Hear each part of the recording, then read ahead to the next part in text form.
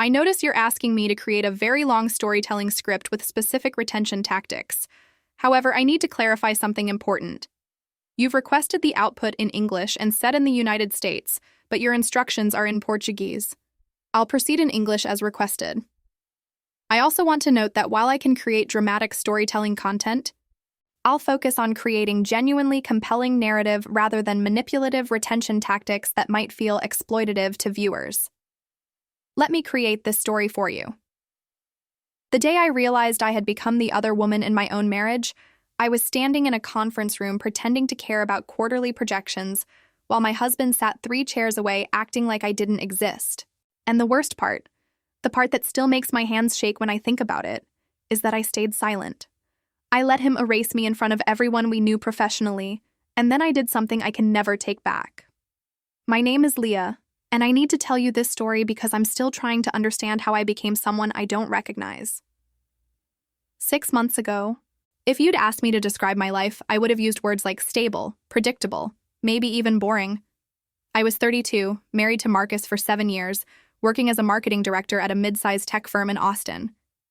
We had the kind of marriage that looked perfect in Christmas cards. We had the kind of marriage where we'd forgotten to actually look at each other. The meeting happened on a Tuesday. I remember because Tuesdays were when our department synced with sales, and I always dreaded them. Not because of the work, but because Marcus had transferred to sales 6 months earlier, and ever since, our professional interactions had become these carefully choreographed dances of polite distance. At home, we were roommates who occasionally had awkward conversations about bills. At work, we were strangers who happened to share a last name. But that Tuesday was different. I'd spent 3 weeks developing a campaign strategy that I knew was good, maybe the best work I'd done in years. I presented it with confidence, watching faces around the table nod with interest. Everyone except Marcus. He stared at his laptop, jaw tight, fingers frozen over the keyboard. When I finished and asked for questions, he finally looked up. Not at me, through me. When our VP asked Marcus for the sales perspective, I actually felt hopeful for a second. Stupid, I know. I thought maybe he'd acknowledge the work. Maybe we'd have one moment of professional respect even if we'd lost everything else. Instead, he launched into a completely different strategy, one that contradicted everything I'd presented, and he did it without once saying my name. He referred to my 3 weeks of work as the initial proposal and preliminary ideas that need significant revision. I sat there feeling my face burn while he essentially pitched his own version to the room. And here's the thing that broke something inside me. People started nodding. They were listening to him the way they'd listened to me 5 minutes earlier, except now I was watching my work get dismantled by the man who used to tell me I was brilliant. The meeting ended with our VP suggesting Marcus and I collaborate on a hybrid approach. Everyone filed out, and I started packing my laptop with hands that wouldn't stop shaking. I was halfway to the door when Marcus's voice stopped me. Leah, 1 more minute. Those 4 words. I've replayed them 1,000 times, trying to remember the exact tone. Was it apologetic? Commanding? I don't know.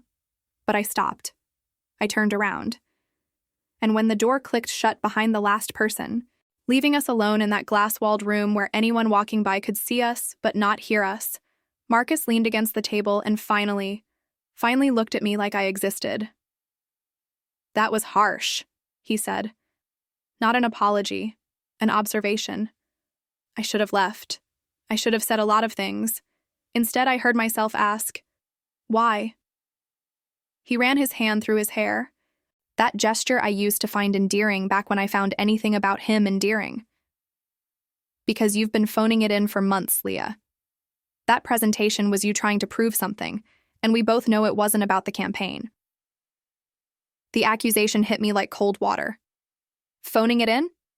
Marcus, I've been carrying my department while you've been playing office politics and apparently plotting to undermine me in meetings. Is that what you think I'm doing? He moved closer, and I realized I'd backed up against the wall without meaning to. I'm trying to save us from becoming the office joke. The married couple who can't work together.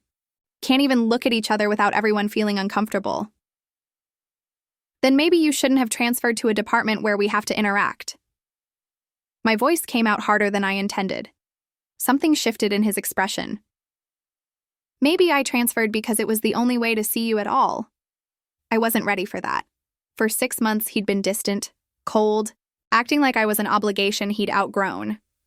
And now, standing there in his tailored suit that I didn't remember him buying, looking at me with something that might have been pain or might have been anger, I couldn't tell which. He wanted me to believe he'd orchestrated this whole situation out of some twisted attempt at connection. But here's what scared me. Part of me wanted to believe it. You have a funny way of showing interest, I said, humiliating me in front of the entire leadership team. I wasn't trying to humiliate you. He glanced toward the glass walls, checking if anyone was watching. They weren't, or they were pretending not to.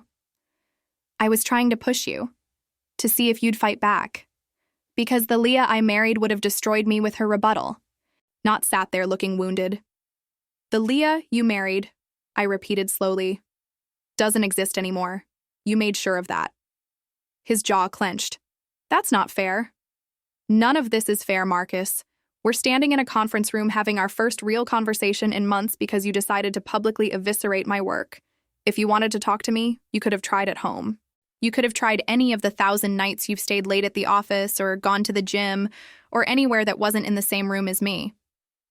I thought he'd deny it. Instead, he nodded. You're right. And you've been doing the same thing. Hiding in your office, taking calls in the car, anything to avoid being alone with me. So don't act like I'm the only one who gave up. He wasn't wrong. God, I hated that he wasn't wrong.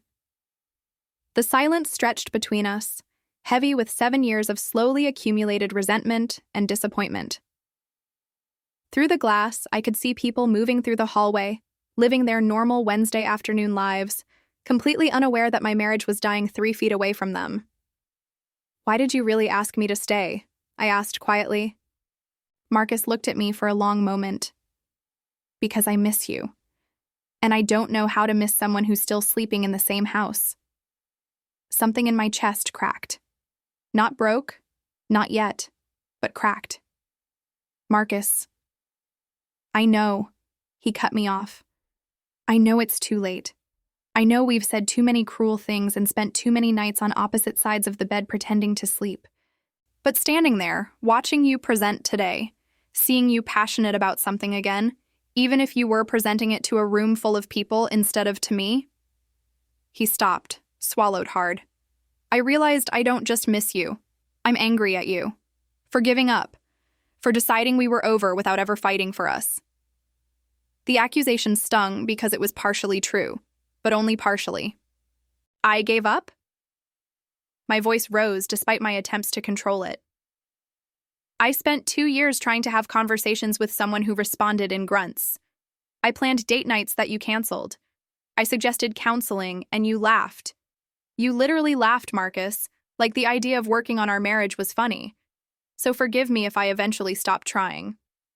You stopped trying long before that. He shot back. You stopped trying when you decided I wasn't ambitious enough, when my career wasn't impressive enough, when I wasn't changing fast enough to keep up with whatever version of yourself you were becoming. That was a low blow because it touched on something we'd fought about years ago. Something I thought we'd resolved. When I'd gotten promoted to director and his career had plateaued, there'd been tension. I'd handled it badly, made some comments about drive and hunger that I regretted, but we'd worked through it. Or I thought we had. That was 3 years ago, I said, and I apologized. I thought we moved past it. You apologized with words, Marcus said, but you never stopped looking at me like I was less than, like I was your disappointing project instead of your partner. I opened my mouth to deny it, but the words stuck. Because maybe, in some terrible way, he was right. Maybe I had been measuring him against some impossible standard, the same way I measured myself. Maybe I'd been so busy trying to be perfect that I'd forgotten how to be present. I never meant to make you feel that way, I said finally. Marcus, I never wanted you to feel small. I know. His voice softened. Just like I never meant to become the kind of husband who stays late at the office to avoid going home. But here we are. 2 people who used to love each other, standing in a conference room negotiating the terms of our surrender. The word surrender hit me wrong. Is that what you think this is? Isn't it? He moved closer, close enough that I could smell his cologne, the same one he'd worn since college. "We're done, Leah. We've been done. We're just too scared or too stubborn to admit it." I wanted to argue.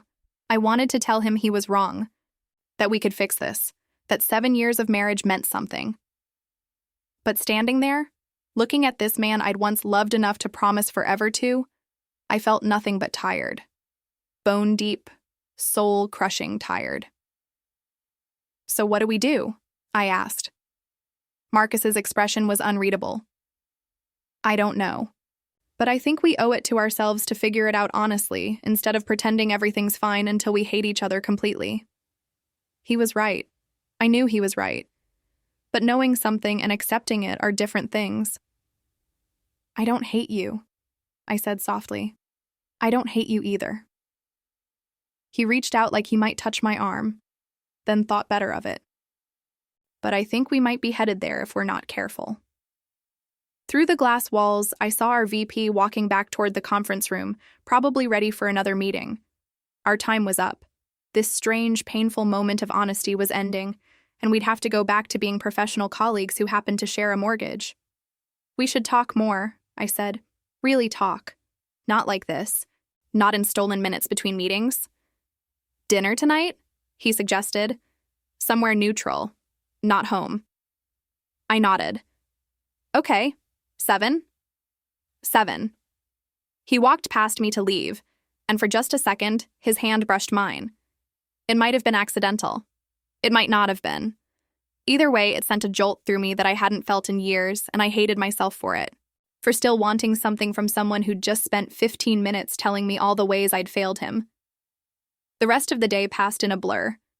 I tried to focus on work, on emails, on anything except the conversation that kept replaying in my head.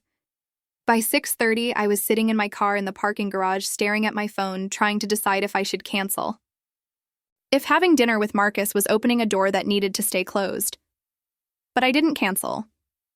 I drove to the restaurant we'd chosen, an Italian place downtown that neither of us had been to before, somewhere with no memories attached. Marcus was already there, sitting at a corner table, looking as nervous as I felt. "You came," he said when I sat down. "Did you think I wouldn't?" Honestly, I wasn't sure. The waiter brought menus and wine, and we made small talk about work, about nothing, dancing around everything we actually needed to say. It wasn't until we'd ordered and were sitting with glasses of Cabernet between us that Marcus finally broke the surface tension. "I've been seeing a therapist," he said abruptly. "For about 3 months now." I stared at him. "What?" "I know. I'm the guy who laughed at couples counseling. But I've been going alone, trying to figure out why I'm so angry all the time, why I can't seem to connect with you anymore." He rotated his wine glass, not looking at me. "Turns out I have a lot of unresolved stuff about my dad, about feeling inadequate, about measuring my worth through career success. Shocking, right?" He was being sarcastic, but there was vulnerability underneath it. This was costing him something to admit. "Why didn't you tell me?" I asked. "Because I was embarrassed. Because I didn't want you to see me as more of a failure than you already did. Because..." He finally looked up. "Because I wasn't sure if I was doing it to save our marriage or to survive the end of it." That honesty cut deeper than any of the anger from earlier. "And now? Have you figured it out?" "No," he admitted. "But I think maybe that's the point. Maybe I've been waiting to be fixed before I could come back to us. And maybe that's not how it works." Our food arrived, but neither of us touched it. We were too busy staring at each other across a table in a restaurant full of couples on normal dates, having a conversation that felt like standing at the edge of a cliff. "I don't know if I can do this," I said quietly. "The trying. The hope.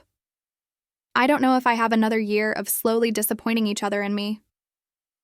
"Then maybe we don't try for a year," Marcus said. "Maybe we try for tonight, and then tomorrow night, and we see where that takes us." It sounded simple the way he said it, but nothing about us had been simple in years. "What if it takes us nowhere?" I asked. "What if we put in all this effort and we're still just two people who can't make each other happy?" "Then at least we'll know," he said. At least we'll know we actually tried instead of just letting it die by inches. I wanted to believe him. God, I wanted to believe that we could find our way back to each other. But I was so scared. Scared of hoping and being disappointed. Scared of trying and failing. Scared that we'd already done too much damage to ever be okay again. I need to tell you something, I said, the words coming out before I'd fully decided to say them. And you're going to be angry. Marcus's expression shifted to something guarded. Okay. 3 months ago, when you started pulling away completely, when you were staying late every night and barely speaking to me on weekends, I took a breath. I thought you were having an affair. His eyes widened. Leah, I would never… I know that now, but for about 2 weeks I was convinced, and I did something stupid. My hands were shaking around my wine glass. I went through your phone, your emails, your messages. I became that person, the suspicious wife looking for evidence. Marcus sat back in his chair, his expression unreadable. Did you find anything? No. Just work emails and gym schedules and fantasy football threads. Nothing exciting, nothing incriminating, but I violated your privacy, and I've been carrying that guilt around for months. And if we're really going to try to be honest with each other, you need to know. The silence stretched. People laughed at nearby tables. Silverware clinked against plates. Marcus just looked at me. Say something, I finally said. I'm trying to decide if I'm angry or relieved, he admitted. Angry that you went through my stuff. Relieved that you cared enough to be worried.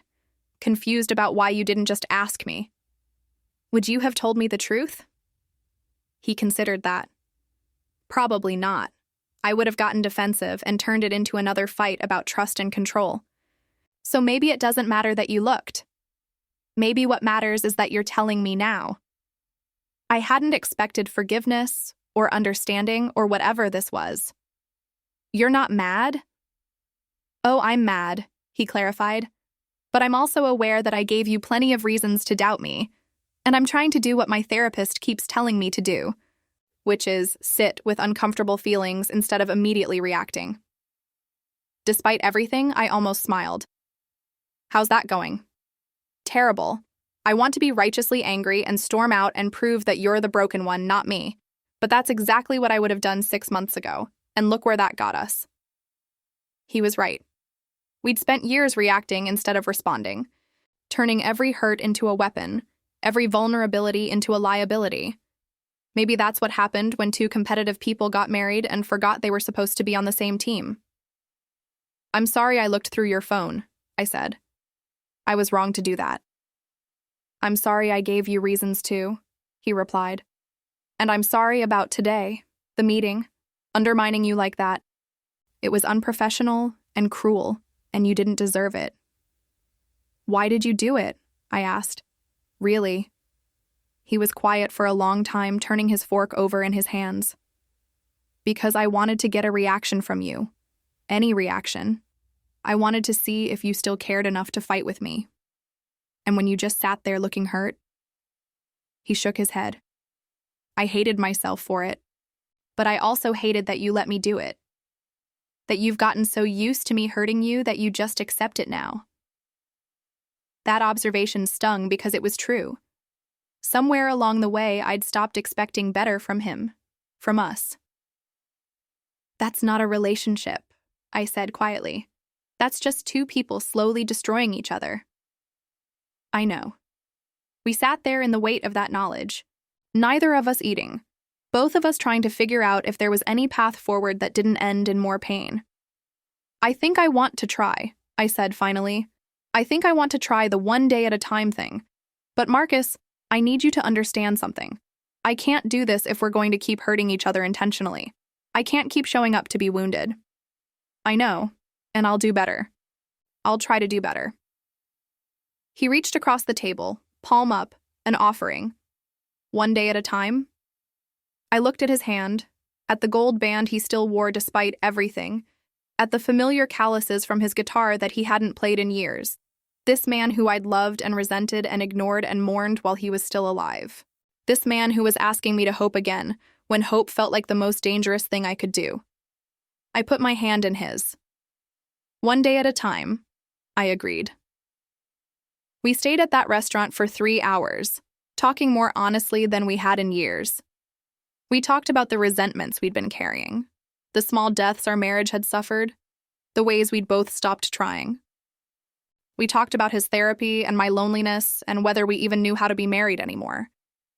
It wasn't easy. There were moments when I wanted to walk away, when the hurt felt too big to overcome.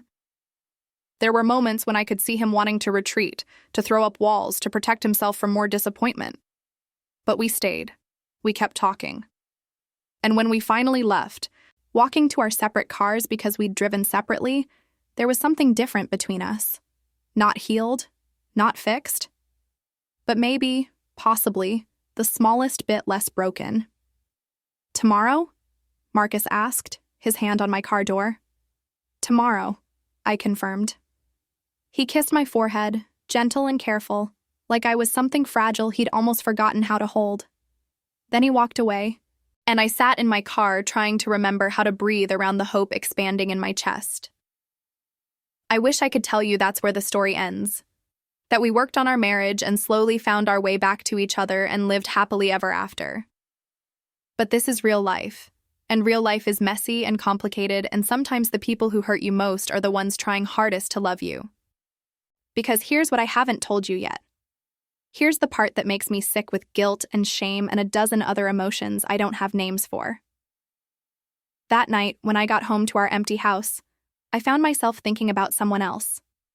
About a conversation I'd had 2 weeks earlier with a colleague named David from our Seattle office who'd been in town for a project. About the way he'd listened when I talked about my presentation ideas, really listened, without the weight of 7 years of disappointment between us. About how we'd gone for coffee after a meeting and talked for 2 hours about nothing and everything, and how I'd felt seen in a way I hadn't felt in years. And I'd gone home and deleted his number from my phone because I knew where that kind of attention could lead when you're lonely and your marriage is dying and someone makes you feel interesting again. But sitting in my car after dinner with Marcus, feeling hopeful and terrified in equal measure, I found myself wondering what David was doing. If he'd meant it when he said he'd be back in Austin next month and we should grab coffee again. If Marcus's attempt at reconciliation was real or just another way for us to postpone the inevitable. I told myself I was just tired, emotionally wrung out from the day, that these thoughts didn't mean anything, that I'd never actually act on them. But I also didn't delete his LinkedIn messages. And when my phone buzzed with a text from an unknown number 20 minutes later, my heart jumped before I'd even read it. "Hey, it's David. Got your number from the team directory. Hope that's not weird. Wanted to let you know I'll be back in town next week and would love to hear more about that campaign strategy if you're free. Let me know." I stared at that message for 5 full minutes. I should have deleted it. I should have blocked the number. I should have gone inside and called Marcus and told him about this small temptation so we could handle it together. Honestly, the way we'd promised to start handling things. Instead, I saved David's number and went inside and poured myself a glass of wine and told myself I'd figure out what to do tomorrow. That was 3 weeks ago. And tomorrow keeps coming. But I still haven't figured out what to do. Marcus and I have been trying. We have dinner together twice a week. We talk more honestly. He's opened up about his therapy, and I've opened up about feeling invisible in our marriage. We're not fixed, but we're trying, and some days that feels like enough. But David has been back in Austin for 5 days now, and we've had coffee twice. Just coffee. Just conversation. Nothing inappropriate. Nothing I couldn't tell Marcus about if he asked. Except he hasn't asked, and I haven't volunteered. And that omission feels like a betrayal, even though technically I haven't done anything wrong. Yet. I haven't done anything wrong yet. And that's the part that terrifies me. Because I can feel myself standing at a crossroads. And I don't know which direction leads to healing and which leads to destruction. I don't know if I'm building something real with Marcus or just postponing the inevitable collapse. I don't know if these feelings for David are genuine or just my wounded ego seeking validation from someone who doesn't know all my flaws yet. What I do know is that I'm tired of feeling broken. I'm tired of trying to save something that might be past saving. I'm tired of being the good wife, the understanding partner, the woman who keeps showing up even when it hurts. And that's the confession I need to make. Not that I cheated. Not that I'm planning to cheat. but that I'm thinking about it. That for the first time in my 7-year marriage, I'm seriously considering what it would be like to choose myself over my vows, to choose feeling wanted over doing what's right. David texted me this morning asking if I wanted to grab dinner tomorrow night. Not coffee, dinner. And we both know what that means, what that could lead to. He knows I'm married. He's seen me trying to hold my life together, and he's asking anyway, which means he's willing to be that person, the one who gives me permission to stop trying so hard. I haven't responded yet. I'm sitting here in my office, staring at that text, trying to figure out who I want to be.